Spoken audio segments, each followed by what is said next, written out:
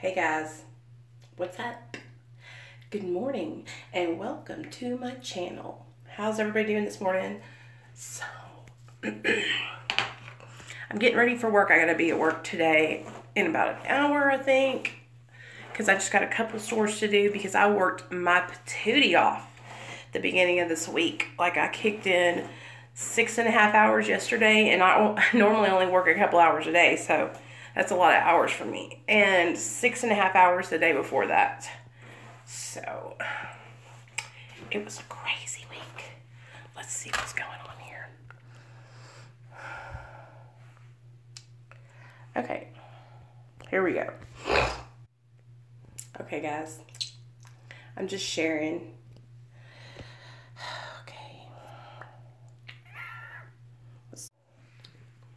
Okay, we're back. You know what I wish I had? I wish I had like a thing that would hold the phone just like at that angle. But instead I have to look at you guys from like down here, and it's like, hello, look at my double chin today. Is it popping? It's popping today. Okay, there we go. Okay, sorry that we're not straight. I'm gonna go grab a t-shirt and I'll be right back.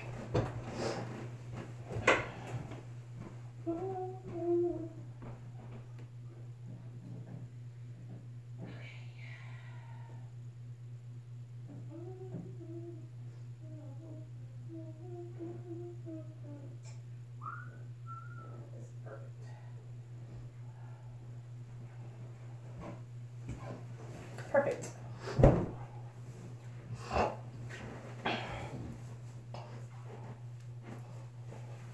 So I was thinking before I went to work, we could talk about like mental health and our recovery, and because lately here I've been kind of struggling with my mental health, kind of feeling not so much sad or depressed, but just like overwhelmed sometimes, kind of like anxiety, but not anxiety, like, because I don't think it's anxiety, but I'm not sure. Anyway, I feel like some days I'll wake up and I'm like, dun dun dun dun, superwoman, you know, and I'm feeling like real up, ready to take on the day.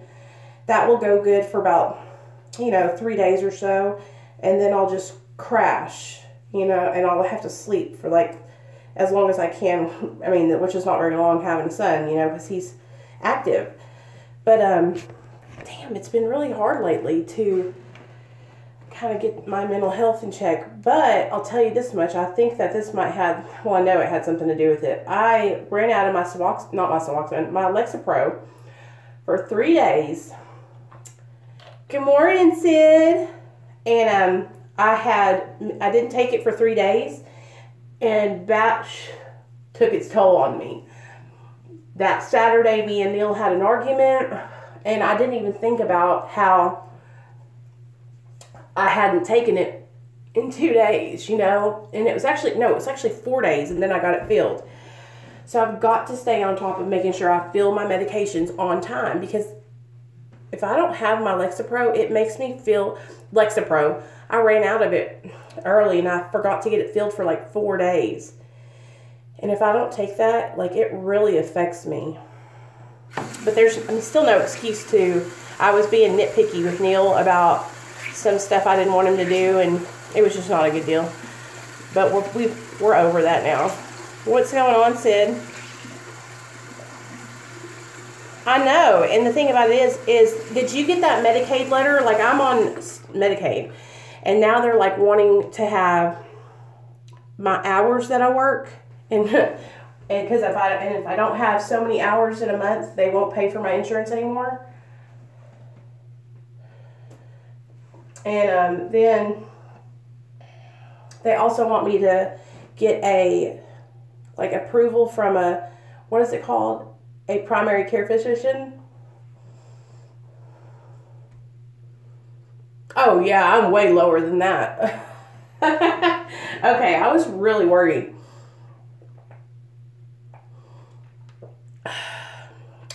For my doctor for the Suboxone doctor, they're asking for a primary care physician for all Medicaid people. They're saying that we have to have it for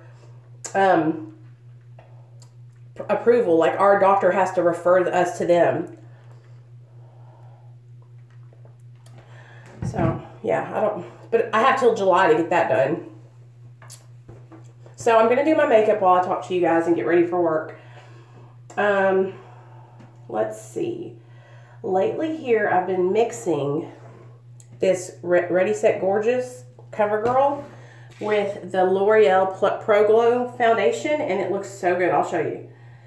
Let me just put a little bit of that. I love doing my makeup. Yeah, that makes sense in some way. They are now getting nitpicky about prescriptions. Yes, they are. And like I went to go fill my prescription, and you'll never guess what happened. Last month, or the last 2 or 3 months when I filled my prescription for Suboxone, the people at the pharmacy made a mistake and gave me Suboxone without naloxone in it. So it was just straight up buprenorphine. And I was like, I couldn't tell a difference though. Yeah, so it didn't have the blocker in it.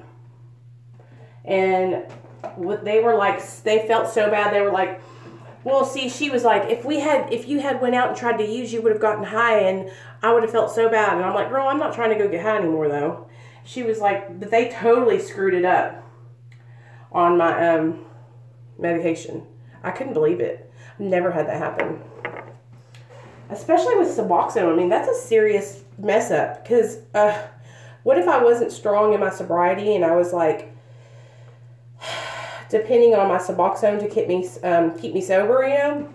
Which, you guys know I don't do that. But if I was, that would have been a disaster. Howdy dowdy from Baltimore. Hey, what's up, T. Lee Jones? How you doing, bud? Howdy dowdy. So we're just talking about mental health and our recovery and what we do to stay sober and healthy. So that happened at the pharmacy, and I was freaked out because, well, I've never had it happen before. I've never had them make a mistake like that. But no big deal. We got it fixed, and they let me fill my prescription early, so that was cool. Because I had ran out a little bit early because I lost, okay, dude.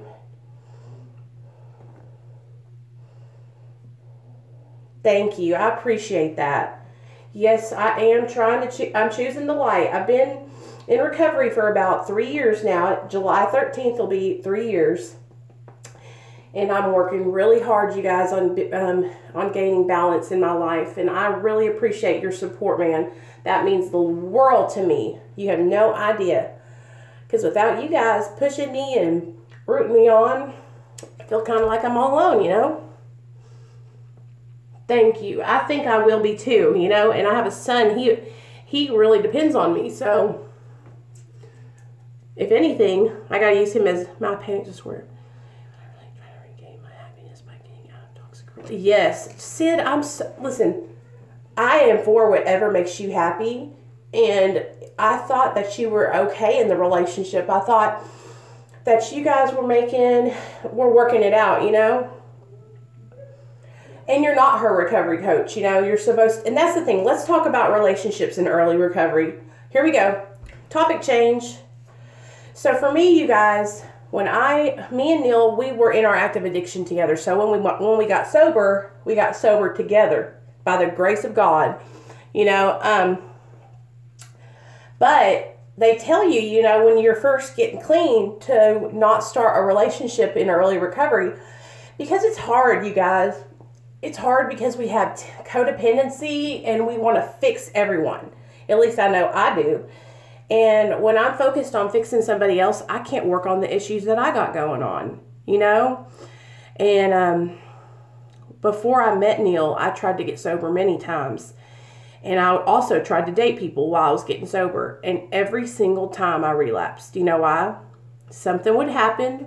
I'd get in a fight with my significant other. She left in early recovery. She relapses sometimes and hits rock bottom. Yeah, so, you know, we would get into an argument, and then I would use that as an excuse to go use, you know? Because if you want me to be honest with you guys, like, nobody can make you go get high. You know what I mean? Like, it's your choice. And sometimes our choice is taken away from us because because we have been in active addiction for so long. It feels like, the drug is making the choice for us. And that's because you're in that loop, that brain loop where your mind goes to relapse is pleasure instead of relapse is bad. Yeah, and so I'm glad that you saw that you were going down the wrong path with that, because you have to take care of yourself. There's no way you can take care of someone else. You know what I mean? I'm so proud of you, Sid. Like, I look up to you for that, because that's a lot of hard work. That's hard to let somebody go that you care about, especially when, you're kind of like the one that's helping them and they're the one that needs you. I know, believe me, because I used to have this undying need to be needed. And I might still have it a little bit. Maybe that's why I'm here talking to you guys today. Oh, wow. I'm sorry. I'm so sorry to hear that. Like, that makes me so sad, because I liked her as a person, She was a sweetheart. But that's okay. That's okay. We're going to move on. Yeah, don't we all have something that we need to work on, like abandonment issues or trust issues? Two sickies don't make a wellie. That's what I've always told myself. So 2 people that are struggling don't need to get together, because it's just like a bomb waiting to blow up, ticking time bomb before one of you guys goes and like literally ends it all. That's a little dramatic maybe, but hey, 2 sickies don't equal a wellie. Do you like that? So I'm getting ready for work. I don't know if I told you guys that. And Sid, we've got to do a live stream together. Okay, we need to plan it. Because I need to see your face. Talk to you on the... Oh, I'll call you on the way to work today, if you don't mind, if you can talk. Yes, we do. Okay, good. So I saw our Rockin' Roberta did a live the other day, and she's supposed to have Alicia on, but Alicia didn't show up. But these 2 other girls did, and it was really good, actually.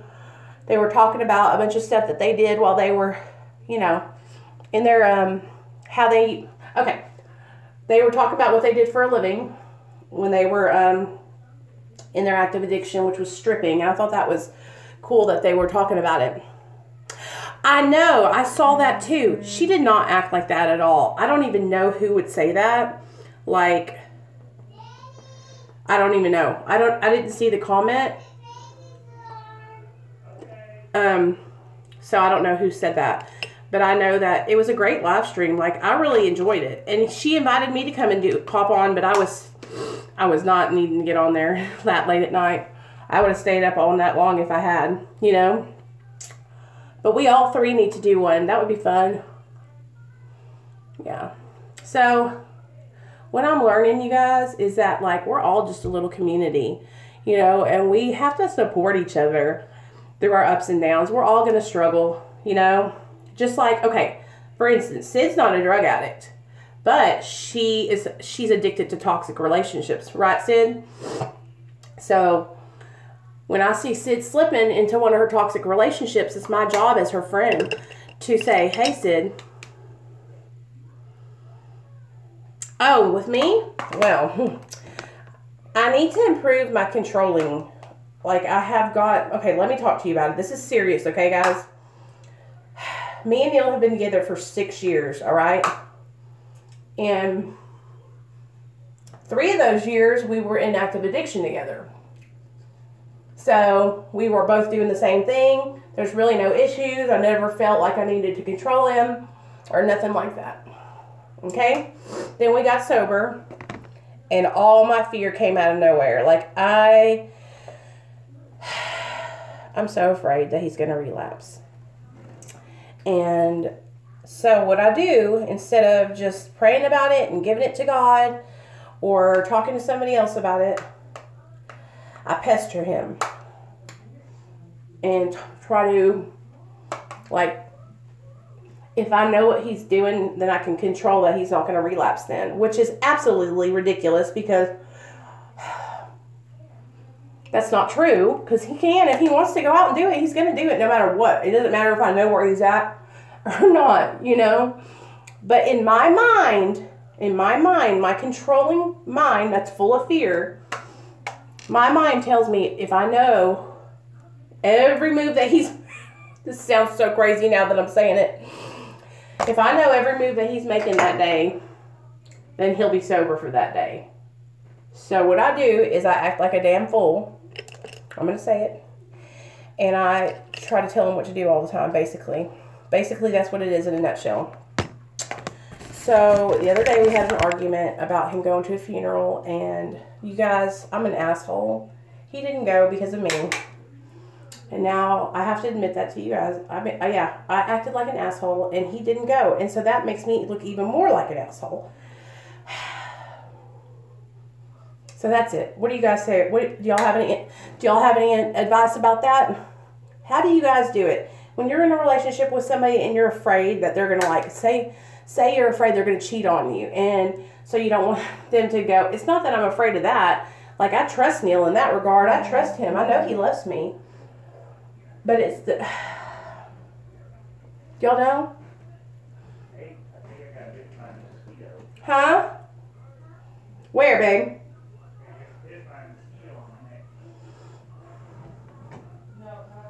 Yeah, I have it because it's happened before.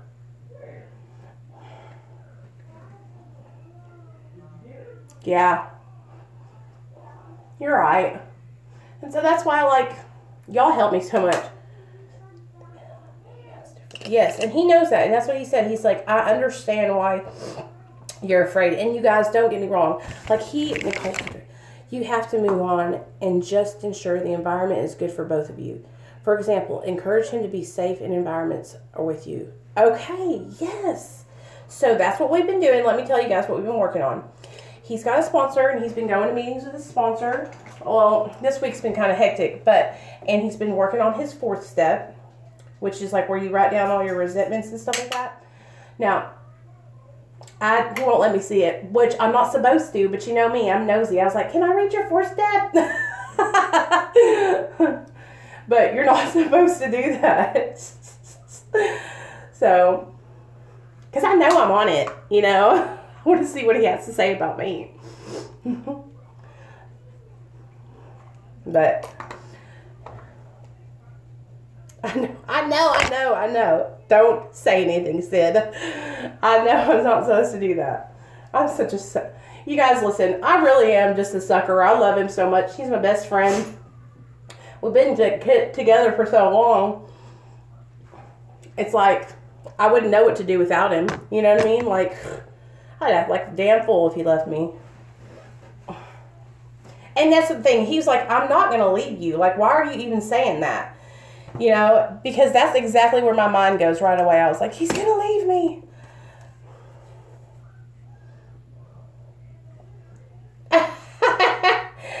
You know, I know. It's crazy. It's crazy. We're just, you know, human trying to make it every day. And sometimes our fear, my sponsor made me this plaque that says, let your faith outweigh your fear. And that is what I have to, like, think in my mind every day. Like, when I go to work and I'm not around the boys, I have to think, let my faith outweigh my fear. Everything's going to be okay. God's got this. God's going to protect my baby. God's going to protect Neil. You know? I need to go over to you now. I've never tried it before, Sid. I wouldn't even know what to do on you now. I've worked so hard to build my little audience over here. Avalon was supposed to come in, but I don't know what's wrong. She said Michael, her grandson, was being bad, so I wanted to see her this morning and make sure she's okay. What, baby? I'm not talking to you. Oh, okay. I'm talking to Dad. Oh, okay. You hear my little baby, guys? He's so cute. You just send me the link in a text message, okay? And then I'll click on it and we'll stream together. So what kind of people you got following you over there? Recovery people, mental health? I mean, is it like a certain kind of live stream that you do for like a certain focus, you know? You guys, I was thinking that if I can get my setup going on good and get a camera and stuff, then I could start doing like recovery live streams, and we could all do, like, we could do makeup, and I could do my makeup, and we could talk about recovery and mental health and just our lives, and just sit here and talk back and forth with each other, because I just love talking to you guys. And I have so many friends that are like out in different states. What? You hit 1,000? That's amazing. Jealous. Teach me how to do that. So you now is popping over there, huh? That's cool. I'm doing my makeup for work, you guys. Sorry if I'm not talking a lot, because I gotta focus. I have a lot of haters. Ah, they give you clout. That's hilarious. You make me laugh. All right. So who else in the stream still? We got 3 people. So what's going on, guys? You guys tell me about your life. Tell me what's going on. Hey, Bill, what's up? I don't know about makeup tutorials, but we are going to get that camera, girl. I know that's right. We need to do that. Help me out, man. No, I'm just playing. You guys know I'm not like that. But I don't know, you guys. It's so expensive to buy a nice camera. Like, my dad just gave me this new phone so I could stream over here. Not so I could do this, but I'm Tiny Redhead on you now. You guys hear that? I'm shouting out my friend. She's Tiny Redhead on you now. They are Tiny Redhead on you now. Homeschooling 3 or 4 kids, babysitting 3-year-old, and trying to protect my family and survive. Well, then I bet you're doing a great job. Sounds like it. You know, that's what we got to do. Just survive this world, you guys. There's a lot of people out here that don't have good intentions, and we just got to keep our family safe. And that's, you know, that's a good way to look at it, you know, because who's gonna take care of us when we get old? Our babies, you know. Yeah, just got to survive. I'm glad that you're here, though. I'm glad that you're here and you're talking with us. I enjoy it. I enjoy hearing you guys and hearing about y'all's lives. You know, just like you guys watch me and come over here and sit in on this, I watch other people all the time. I got you. The time will come. I'm off to build a dynasty. Stay positive. All right. Have a great day. Love you. I'm staying positive. Okay, anyway, let me tell you guys another thing that happened this week. So I went into work on Monday, right? And I went to work on Monday, and we were super, like, so here's the deal. You guys know I work for a greeting card company. Take a guess which one. And you know, Easter was this weekend. So Monday when I went into work, I knew I was going to be hella busy. And I had to rip down all of the Easter stuff and throw up Mother's Day now, because it's Mother's Day. And Mother's Day is a huge holiday for greeting card companies, okay? So I went in and I got my first store done in like 3.5 hours. And my boss came in like right as I was finishing at the tail end. And she was like, I am so proud of you, Nicole. Like, I couldn't believe it, you guys. She couldn't believe it, I don't think, either, because I whipped it. I mean, I got that stuff done. I need to change clothes. Okay, what do you want to wear today? You gonna pick out your own outfit? What? Huh? My door's locked. Is it? It doesn't even lock. There you go. Better? Wait, come in here and change me. Hold on, baby. Let me get my makeup done. Okay, so I did it, and she was proud of me, you guys. That's the first time she's ever given me a compliment at work. So that was a big deal. Anyway, I got to get off here so that way I can get this kid dressed. I love you guys. I'm going to get ready for work, and I will pop on this afternoon, okay? Have a great day. Yeah, buddy.